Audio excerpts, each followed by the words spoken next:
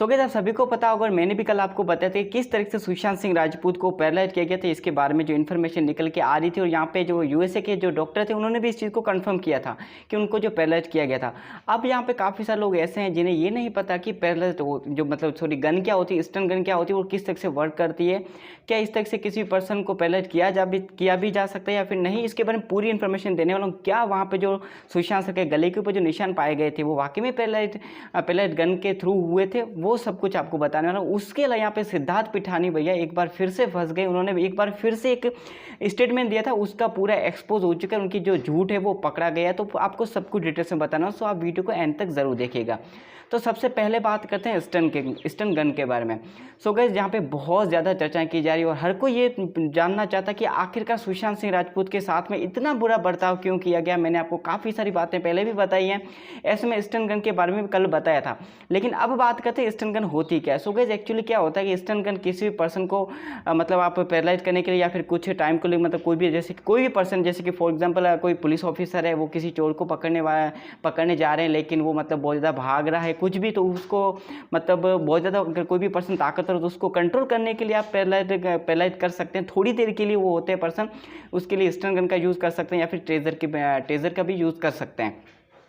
तो stun gun एक torch के जैसी होती है, जैसा कि आप स्क्रीनशॉट देख रहे हैं। इसके अंदर नॉर्मली क्या होता है कि मतलब एक बैटरी लगी हुई होती है और ये मतलब छोटी सी बैटरी होती है, लेकिन यहाँ पे मतलब इसके जो इलेक्ट्रोड होते हैं, जैसे कि सुशांत सर के गले के ऊपर जो निशान दिख रहे हैं आपको, जो 2 पॉइंट्स ऐसे दिख रहे हैं, ये कुछ इसी तरीके के लग रहे हैं, जिसको आप किसी भी पर्सन की बॉडी से टच करोगे उसके बाद में थोड़ा सा करंट होता है ना, वो मतलब बहुत ज़्यादा मिलियंस ऑफ वोल्ट में कन्वर्ट हो जाता है, जिसके फिर वो लगभग ऐसे 9 लाख 10 या फिर 8 लाख, कितने भी 8-9 लाख तक का करंट वो कन्वर्ट हो जाता है। उसके थ्रू किसी भी पर्सन को पैरालाइज किया जा सकता है। जी हाँ दोस्तों, बिल्कुल किया जा सकता है। और यहाँ पे इसी के जैसे कि टेज़र भी आती है, टेज़र वो भी एक गन की तरह काम करती है, वो भी पैरालाइज करने के ही काम आती है। लेकिन उसका जो एडवांटेज ये होता है कि आप उसको जैसे दबाओगे उसका जो तो उससे क्या होगा कि मतलब जो तार निकलेंगे, एक वायर निकलेंगे, उससे मतलब क्या अगर आप थोड़ी सी दूरी पे भी हो ना, फिर भी किसी पर्सन को आप पैरालाइज कर सकते हो कुछ टाइम के लिए, उसको कंट्रोल करने के लिए। ठीक है, तो ये होती है इन दोनों गन का काम।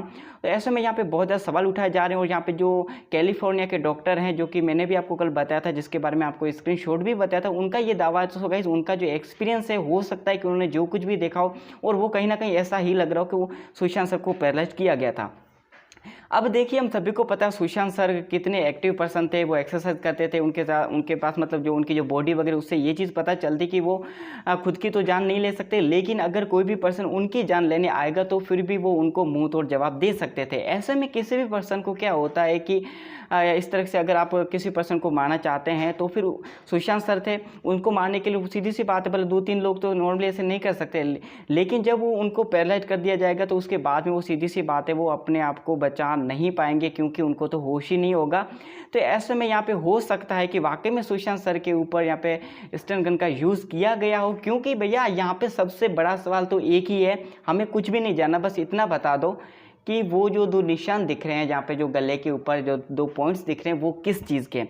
अगर पट्टे के हैं तो पट्टे के अंदर ऐसी क्या चीज़ थी जिसके बाद में इतने जो गहरे 2 निशान हो गए। अगर यहाँ पे जो कपड़े की बात की गई तो अगर कपड़े के अंदर ऐसी क्या चीज़ थी जिसके थ्रू वो 2 निशान हो गए, ये हम सभी को जानना है।